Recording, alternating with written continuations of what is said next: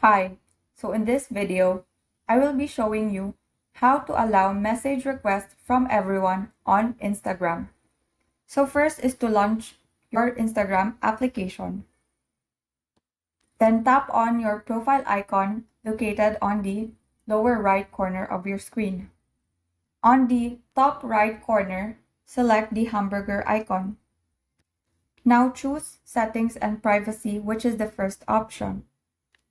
Scroll down until you find Messages and Story Replies, which is under How Others Can Interact with You. Now select Message Controls, and now all of these options are provided to you.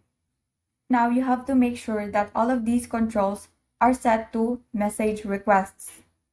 For instance, the others on Instagram.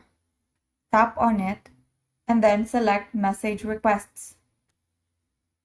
To locate these message requests, tap on the home icon, which is in the lower left corner of your screen. And on the top right corner of your screen is the message icon. Tap the message icon, click the request button. This is where you can find all your request messages. So that is all. Thank you and have a great day.